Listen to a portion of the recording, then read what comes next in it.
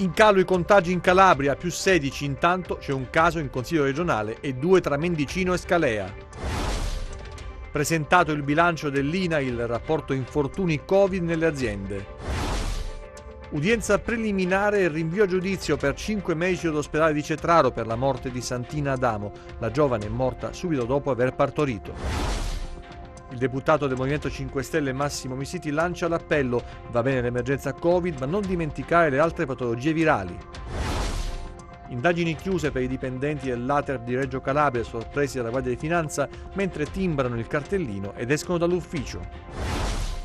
Filippo Ganna taglia il traguardo a Camigliatello, tappa lunga e difficoltosa la quinta del Giro d'Italia e domani si riparte da Castrovillari. Buonasera dalla redazione TG10. Dunque il boom dei contagi in Italia, più 1000 in una sola giornata. Il Premier Conte invita al rigore anche nelle famiglie, in casa, quando si incontrano amici e conoscenti, perché è lì che si diffonde il contagio. L'uso delle mascherine anche all'aperto. Più rigore, dice il Premier Conte.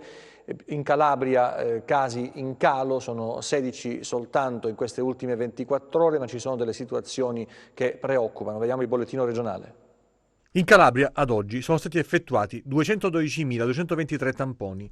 Le persone risultate positive al coronavirus sono 2.125, più 16 rispetto a ieri. Quelle negative sono 210.098. Territorialmente i casi positivi sono così distribuiti: a Catanzaro 13 in reparto, 1 in terapia intensiva, 69 in isolamento domiciliare, 236 guariti, 33 deceduti. A Cosenza 9 in reparto, 133 in isolamento domiciliare, 505 guariti, 36 deceduti. A Reggio Calabria 9 in reparto, 141 in isolamento domiciliare, 350 guariti, 20 deceduti. A Crotone 5 in isolamento domiciliare, 138 guariti e 6 deceduti. A Vibo Valentia 6 in reparto, 23 in isolamento domiciliare, 92 guariti, 6 deceduti. Dall'altra regione stato estero 294, nel totale compresa anche la persona deceduta al reparto di rianimazione di Cosenza che era residente fuori regione. I ricoverati del setting fuori regione dei migranti sono stati inseriti nei conteggi dei rispettivi reparti di degenza. Complessivamente i ricoveri presso l'ospedale di Catanzaro sono 13, di cui 5 sono riferiti a persone non residenti. I ricoverati presso l'azienda ospedaliera di Cosenza sono 9, di questi 3 sono non residenti, mentre la paziente dimessa a Cosenza è stata inserita nel setting fuori regione. Il totale dei casi di Catanzaro comprende soggetti provenienti da altre strutture che nel tempo sono stati dimessi. Cosenza oggi registra un solo nuovo caso da screening per partenza all'estero. Reggio Calabria comunica 12 nuovi positivi. Dall'ultima rilevazione, le persone che si sono registrate sul portale della Regione Calabria per comunicare la loro presenza sul territorio regionale sono in totale 1195. Nel conteggio sono compresi anche i 2 pazienti di Bergamo trasferiti a Catanzaro, mentre non sono compresi i numeri del contagio pervenuti dopo la comunicazione dei dati alla Protezione Civile Nazionale. E sempre a proposito di Covid-19, vediamo qual è la situazione della Locride. Chiusi 3 plessi scolastici a Marina di Gioiosa Ionica, il genitore di alcuni bambini che frequentano quelle scuole è venuto in contatto con una donna di Siderno che è risultata affetta da Cov-SARS-2. Per precauzione il sindaco di Marina, Geppo Femia, ha deciso la chiusura. A Locri 3 casi di Covid sono confermati, i soggetti risultati positivi sono comunque asintomatici e hanno fatto il tampone per caso. Non sono parenti tra loro e nei giorni scorsi sono stati al pronto soccorso dell'ospedale di Locri. Ovviamente si resta in attesa del secondo tampone. Intanto, sotto monitoraggio alcuni migranti sbarcati lunedì a Roccella Ionica. Dei 165 sbarcati sono risultati positivi 8, dopo che altri 2 migranti erano risultati positivi 12 ore prima, in totale dunque fanno 10. Sono stati sistemati nella struttura dell'ex ospedaletto e sono in assoluto isolamento. Intanto dei 165 giunti sulla costa roccellese, 113 sono stati trasferiti già a Crotone e Palermo, 52 sono ospitati a Roccella e sono stati sistemati in un'altra ala dell'ex ospedaletto, quindi lontani dai 10 risultati positivi al Covid-19. Un minore non accompagnato è stato affidato al sindaco di Roccella, Zito. Il deputato del Movimento 5 Stelle Massimo Misiti lancia l'appello, sì, attenzione all'emergenza Covid-19, ma non bisogna dimenticare le altre patologie virali. Vediamo. Un appello legato fondamentalmente alla carenza di posti, o meglio, i posti in questo momento malattie infettive sono volti a tutelare la salute dei pazienti che entrano in contagio con il Covid. però non bisogna dimenticare che ci sono delle altre patologie che hanno bisogno del ricovero in malattia infettiva, che possono essere legate all'epatite virale, delle infezioni post-chirurgiche, e tutto questo impone un'attenzione particolare. Non è possibile creare dei reparti Covid, dei reparti sulle malattie infettive, dimenticando che ci sono anche delle patologie di tipo infettivo che impongono e hanno necessità di ricovero. Quindi è un appello volto a che si osservino le norme, ma che non si trascuri la salute dei cittadini. Non è assolutamente possibile dimenticare questo, così come non è possibile dimenticare che gli eroi, gli angeli che da tutti citati sono i medici, gli operatori sanitari, in questo momento sono guardati da mancanze di norme che li tutelino. L'INAIL, l'istituto che si occupa degli infortuni sul lavoro, ha stilato un rapporto sugli infortuni da Covid nelle aziende. Sentiamo. Da gennaio al 31 agosto in Calabria si sono registrati un incidente mortale e 150 denunce di infortuni sul lavoro da Covid-19, infortuni che hanno riguardato per l'89,3% il settore della sanità e dell'assistenza, per il 2,7% il commercio e per il 2,7% la pubblica amministrazione. Sul piano territoriale il maggior numero di denunce di infortuni sul lavoro da coronavirus si è registrato in provincia di Cosenza, 59, a seguire Catanzaro con 57 e Reggio Calabria con 21.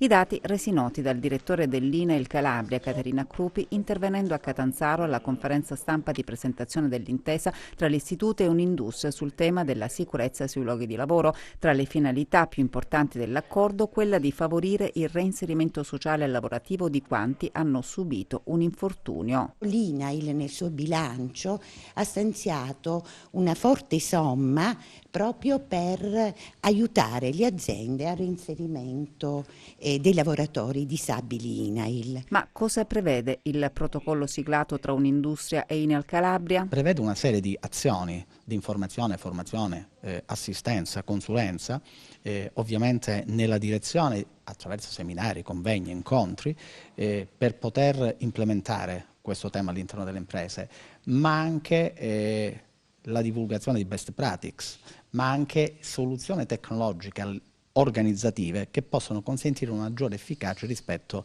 alla prevenzione degli infortuni sul lavoro. E adesso occupiamoci invece della morte di Santina Adamo, una giovane deceduta subito dopo aver partorito, udienza preliminare, rinvio a giudizio per 5 medici dell'ospedale di Cetraro. 5 rinvii a giudizio sono stati disposti dal GIP di Paola per la morte di Santina Adamo, la 37enne di Rota Greca che morì in sala parto nell'ospedale di Cetraro il 17 luglio del 2019 dopo aver dato alla luce il suo secondo figlio. A processo andranno 2 ginecologi, 2 anestesisti e l'ostetrica che ebbero in cura la donna. La prima udienza è fissata per il prossimo 10 dicembre. La donna quell'estate era in vacanza a Fuscaldo, una gravidanza portata avanti senza particolari problemi. Quando arrivò il momento del parto fu accompagnata all'ospedale Iannelli di Cetraro. Partorì in modo naturale ma morì a causa di un'emorragia.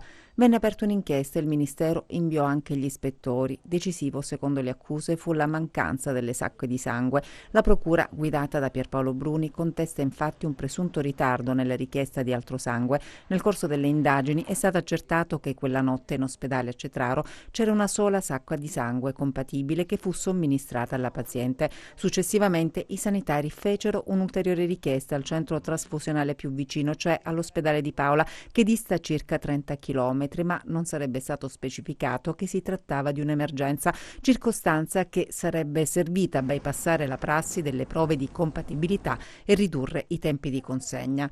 Santina Adamo continuò a perdere sangue e morì alle 6:34 del 17 luglio del 2019. Indagini chiuse invece per i dipendenti dell'Aterp di Reggio Calabria, sorpresi dalla Guardia di Finanza mentre timbravano il cartellino ed uscivano dall'ufficio. Chiusa l'indagine nei confronti di 23 dipendenti dell'Aterp accusati di assenteismo. In questi giorni i finanzieri del Comando Provinciale di Reggio Calabria hanno notificato gli avvisi di chiusura indagini. Gli indagati ora potranno avere 20 giorni di tempo, se lo vorranno, per presentare memorie difensive. L'inchiesta ha visto i finanzieri del Comando Provinciale impegnati per diversi giorni, esattamente 45, 1200 ore di riprese video. Secondo quanto contesta la Procura di Reggio Calabria, i 23 lasciavano tranquillamente il loro posto di lavoro per concedersi lunghe pause, per esempio al caffè, oppure per svolgere altre pratiche. Insomma, una condotta assolutamente lontana da quelli che sono i doveri di un dipendente pubblico. Vedremo ora quale sarà la decisione della magistratura giudicante. Concluse le indagini, è facile immaginare che ci sarà una richiesta di rinvio a giudizio nei confronti dei 23. La Camera di Commercio di Cosenza ospita un evento che per 3 giorni si occuperà dello sviluppo digitale. Vi hanno aderito più di 50 enti camerali di tutta Italia. Il sistema camerale online è oggetto di 3 intense giornate dell'evento Internet Governance Forum Italia 2020 per lo sviluppo digitale. 3 giorni di confronto e scambio di idee, organizzato per la prima volta dal sistema camerale italiano. La Camera di Commercio di Cosenza è attore protagonista nella realizzazione del forum, a cui hanno aderito 54 Camere di Commercio. Sono 157 relatori che si incontrano in questi 3 giorni, ma la cosa più importante è che è già un successo. Abbiamo circa 5.000 registrazioni e molte scuole. Il secondo successo è che chi organizzava i GF Italia molte volte rimaneva al proprio territorio. E invece questa volta c'è tutta Italia, anche qualcuno dall'estero, quindi abbiamo da Bolzano a Palermo, da Genova a Bari, da Milano a Cosenza. E il terzo successo è che si identificava per gli addetti ai lavori, agli ingegneri, agli informatici, a chi trattasse internet. E per la prima volta noi abbiamo circa 5.000 registrazioni dal mondo della scuola, dall'università e dai cittadini, da molte imprese del Mezzogiorno, e questo è molto importante. Per tutte le imprese è anche l'occasione di guardare al futuro alla ricerca di soluzioni digitali sempre più innovative. Ci sono tantissime opportunità e con tantissime professioni lavorative nuove. L'Europa parla di 1,5 milioni di posti di lavoro, mancano le competenze, perché i giovani, e non solo giovani, parlano che da 14 a 74 anni il 44% delle persone non ha sufficienti competenze digitali, e soprattutto per le nuove professioni che ancora oggi magari non conosciamo, perché ci sono professioni del futuro che oggi non le sappiamo.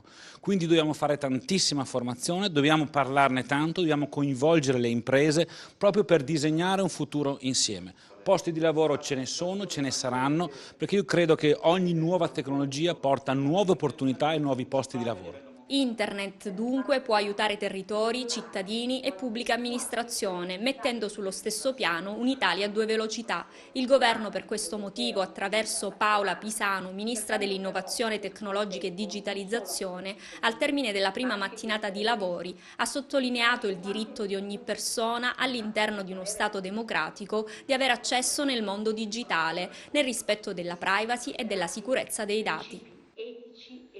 Continuano alla Lamezia Terme le riprese dell'Afi della Formica, opera prima del giovane regista lametino Mario Vitale, protagonista Beppe Fiorello, una storia di integrazione che mostra una Calabria diversa, lontana dagli stereotipi che spesso la caratterizzano, ma sentiamo Beppe Fiorello. Una bellissima esperienza, molto bella, appena conclusa per quanto mi riguarda, e mi lascia dentro non solo un'esperienza, diciamo, professionale, ma anche molto, molto umana, insomma. Me ne vado con delle conferme. La conferma che questa è una terra molto, molto umana. Distinto mi viene da dire questa cosa. Secondo me la parte umana della Calabria deve spiccare il volo ancora di più. Sento, e qui arrivo a Mario Vitale, sento che le nuove generazioni hanno grande voglia di emergere, di far emergere questa parte umana che è la maggioranza, come dicevo. Per quanto riguarda il tema del film, qui sono un po' stratificati i temi, sono vari, ma nel senso che poi sono tutti un po' simili tra loro.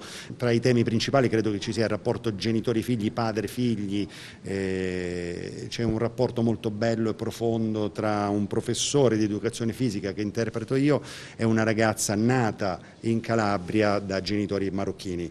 e quindi calabrese di nascita, che trova la forza per integrarsi, quindi è una ragazza che ha 2 percorsi in uno, deve percorrere le tradizioni della madre e del padre, ma le deve applicare a una società moderna, italiana, del nostro paese, quindi questo ovviamente le crea qualche conflitto interno e per questo noterete in questo film una ragazza che ha voglia di farsi conoscere per quello che è.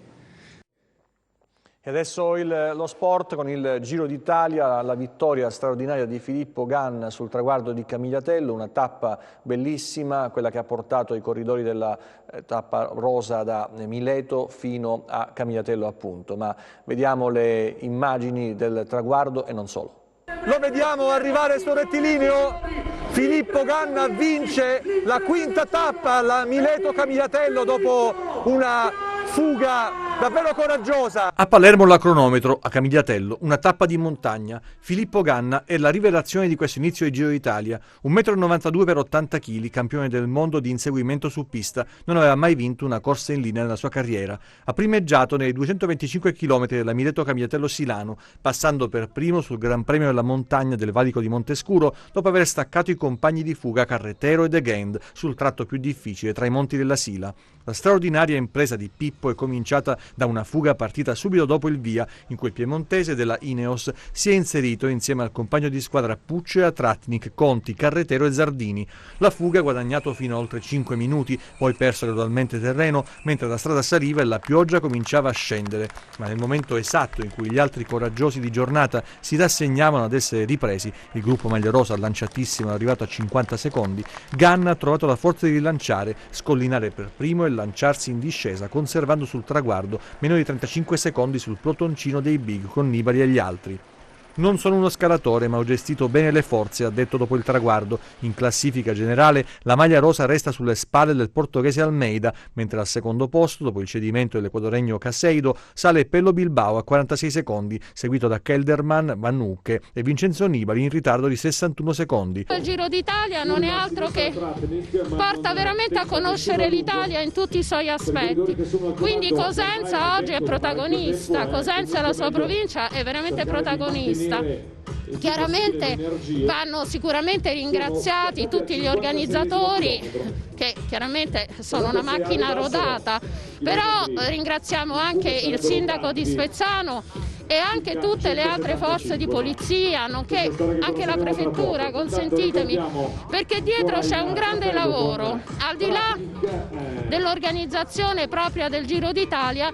C'è tutta l'organizzazione di sicurezza intorno, quindi anche l'ANAS, gli enti locali eccetera, e tutti noi ci siamo prodigati perché tutto il percorso sia agibile, ma che ci sia la possibilità di vedere de viso insomma questi campioni molto importanti. Sappiamo che il ciclismo poi è uno sport di fatica, quindi è uno sport importante, ma soprattutto è bellissimo proprio. Si respira un'aria particolare, no? Siamo veramente orgogliosi e soddisfatti di questo lavoro fatto, che è un lavoro di territorio, delle associazioni, delle forze dell'ordine, delle parrocchie, tutti quanti coloro si sono mobilitati, tutti gli enti, per far sì che si raggiungesse questo risultato nonostante l'emergenza in atto. Quindi veramente ce la stiamo mettendo tutta per mostrare la Calabria più bella e la Sila più bella al mondo. Quotazioni in rialzo per Camigliatello, per la Sila, per la Calabria dopo questa bellissima tappa. Domani si riparte da Castrovillari per Matera e adesso la borsa.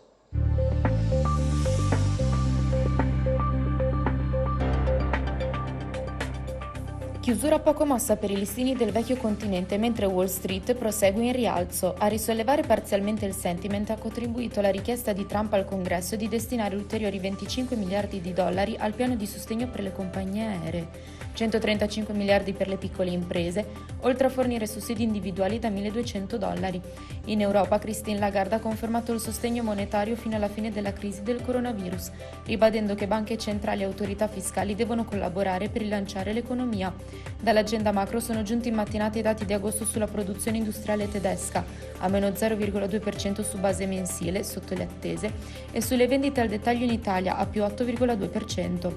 A Piazza Affari il FTSE MIB archivia gli scambi sostanzialmente invariato, mediamente in linea con il DAX di Francoforte a più 0,2, il FTSE 100 di Londra a meno 0,1, il CAC 40 di Parigi a meno 0,3 e l'Ibex 35 di Madrid a meno 0,4%.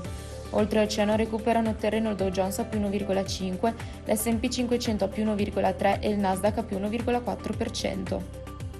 Sul Forex l'euro-dollaro risale a 1,177, mentre il cambio fra biglietto verde e yen oscilla in area 106. Tra le materie prime ritracciano le quotazioni del greggio, con il Brent a meno 2,3% a 41,7 dollari e il WTI a meno 2,6% a 39,6 dollari. Sull'obbligazionario lo spread BTP-Bund rimane a 128 punti base, con il rendimento del decennale italiano allo 0,78%. Tornando a Piazza Affari, tra le big gli acquisti premiano soprattutto Enel a più 3,15%, mentre continuano le prese di beneficio su Nexi a meno 5,7%, ben intonata Ferrari a più 2,85%, in calo Biper a meno 4,2% ed Eni meno 2,7%. Grazie e buon proseguimento di serata. E adesso il meteo, protagonista anche di questa giornata in Calabria. Vediamo le previsioni per domani.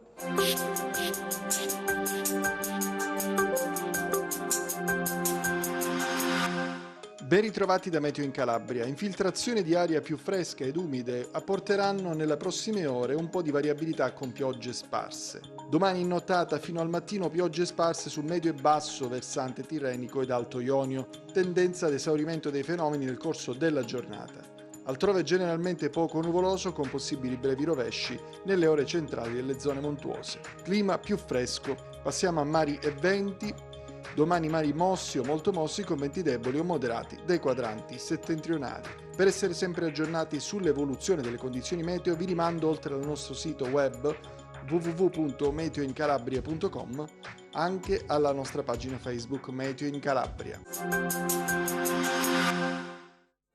TG che finisce qui, ci vediamo nelle prossime edizioni, grazie per la vostra attenzione, arrivederci ancora, una buona serata.